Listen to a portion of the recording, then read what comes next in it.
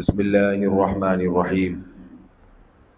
حضرت نعمان ابن بشیر رضی اللہ تعالی عنہ سے روایت ہے، فرماتے ہیں کہ میرے والد رسول اللہ صلی اللہ علیہ وسلم کی خدمت میں حاضر ہوئے اور عرض کیا کہ یا رسول اللہ، میں ایک غلام اپنے اس بیٹے کو دینا چاہتا ہوں۔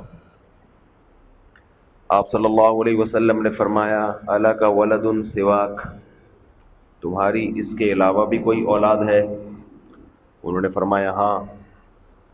آپ صلی اللہ علیہ وسلم نے فرمایا کیا باقیوں کو بھی تم نے غلام دیا ہے؟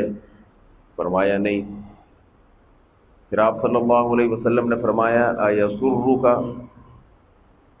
ان یکونوا الیک فی البر سواء، کیا تم یہ چاہتے ہو کہ تمہارے سارے بیٹے، ساری اولاد تمہارے ساتھ حسن سلوک میں برابری کریں، سارے تمہاری خدمت کریں، سب برابری کریں؟ انہوں نے فرمایا ہاں یا رسول اللہ۔ آپ صلی اللہ علیہ وسلم نے فرمایا فلا اذن، ایک روایت میں ہے انی لا اشہد علی جور، میں ظلم پر گواہ نہیں بن سکتا۔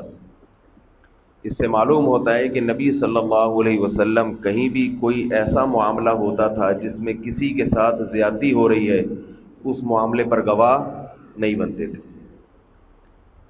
زیادتی کیا ہو رہی تھی کہ ایک بیٹے کو اتنی قیمتی چیز دی جا رہی ہے، باقی بیٹوں کو محروم کیا جا رہا ہے۔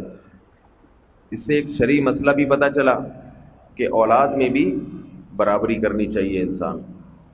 البتہ یہاں یہ ضرور ہے، علماء نے لکھا ہے کہ یہ اولاد میں بے عدلی اس وقت حرام ہے جب اپنے بچوں میں سے کسی بچے کو نقصان پہنچانے کا ارادہ ہو۔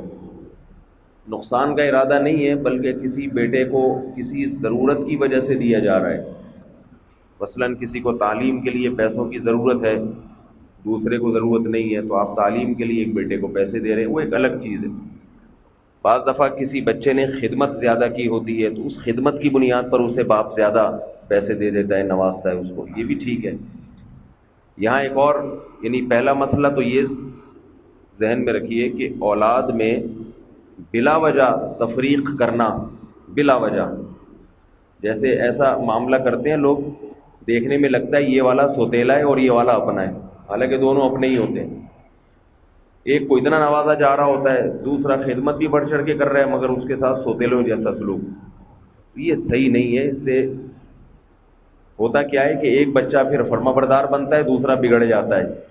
تو اللہ کے نبی نے کیا فرمایا نعمان ابن بشیر رضی اللہ تعالیٰ عنہ کے والد کو کہ کیا تم یہ چاہتے ہو کہ سارے بچے تمہارے ساتھ حسن سلوک کریں، تو پھر ان کے ساتھ بھی تم برابر کا سلوک کرو، ان میں تفریق نہ کرو۔ تو پہلا مسئلہ یہ معلوم ہوا اس حدیث سے کہ اولاد کے اندر بھی برابری انسان کو کرنی چاہیے، چاہے ماں ہو یا باپ ہو، دونوں کو کرنی چاہیے۔ ایسا سلوک نہیں کرنا چاہیے اولاد کے ساتھ کہ دوسرے کو اپنے سوتیلے ہونے کا احساس ہو۔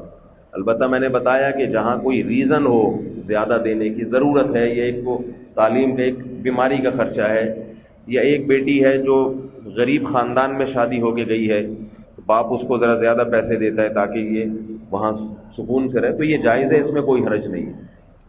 دوسرا مسئلہ اس حدیث میں یہ بھی معلوم ہوتا ہے کہ بعض لوگ یہ کرتے ہیں کہ اپنی زندگی میں وراثت تقسیم کر دیتے ہیں، تو اس وراثت میں کیا کرتے ہیں، لڑکے کو دگنا دیتے ہیں، بیٹی کو آدھا دیتے ہیں، تو یہ غلط ہے۔ زندگی میں آپ جو بھی تقسیم کریں گے وہ وراثت نہیں ہوتی، وہ باپ کی طرف سے تحفہ ہوتا ہے۔ تبھی اولاد زندگی میں باپ سے اپنے حصے کا مطالبہ نہیں کر سکتی، کیونکہ وہ اولاد کا حصہ ہے ہی نہیں، وہ تو بنے گا جب باپ کا انتقال ہو جائے گا۔ تو باپ اگر اپنی زندگی میں اولاد کو کچھ دیتا ہے تو وہ چاہے اس کو وراثت کا نام دے، مگر شریعت اس کو وراثت نہیں بلکہ اس کو تحفہ، گفٹ کہہ سکتے ہیں، تحفہ کہہ سکتے ہیں، اولاد کے ساتھ احسان کہہ سکتے ہیں۔ تو اس میں بھی برابری ہے، یہ نہیں کہ بیٹی کو آدھا دے رہے ہیں اور بیٹے کو دگنا، بلکہ اس میں بھی اصل حکم یہ ہے کہ جتنا بیٹے کو دیا ہے بیٹی کو بھی اتنا ہی۔ آپ جب گھر میں کوئی چیز لے کر آتے ہیں، پھل فروٹ تقسیم کرتے ہیں، مثال کے طور پر آم لے کر آئے آپ، اب یہ تو نہیں کرتے نا کہ بیٹے کو 2 آم دیں گے اور بیٹی کو 1، بھائی جس نے جتنے کھا لیے، بیٹے کو 2 روٹیاں کھلا رہے ہیں اور بیٹی کو 1، ایسا نہیں ہو سکتا۔